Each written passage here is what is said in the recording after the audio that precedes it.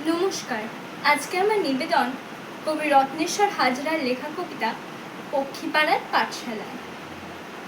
ও সনাতন, এইদিকে শোন। তুই যেখানে পড়িস নাকি সেই পাঠশালায় জাম পাতা আর কদম পাতায় অঙ্ক শেখায় বুলবুলিরা? বলছিল কাল জটাই তলার টাকলোহিরা। অঙ্ক নাকি খুব শিখেছিস? সত্যি নাকি? বলতো তবে 100 থেকে কি বাদ গেলে শূন্য বাকি? পাড়ার যদু মধুরা কয় ও পাঠশালায় ধুদ্র পাতার উল্টো পিঠে পক্ষী ভাষায় হরফ লেখায় কাদা খোঁচা। হরফগুলো কেমন যেন বিদঘুটিয়া, খিচড়ি মিচড়ি খিচড়ি মিচি তেচরা পোচা, ইকরি মিকরি ইকরি মিকরি সারি সারি।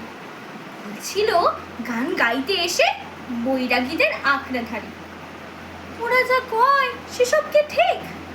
তুই কি সত্যি জানিস নাকি পক্ষী ভাষায় ইলিক বিলিক?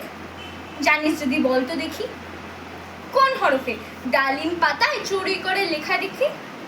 বিলের ধারে বক বাবাজি একলা বসে ভর দুপুরে কোন হরফে লিখছে পাজি? লোকগুলো সব কেমন যেন ওই এলাকায় কি কয় জানিস? আশেপাশে পক্ষীপাড়ার পর নাকি তোর ও পাঠশালায় কেউ ওঠে না ওপর ক্লাসে।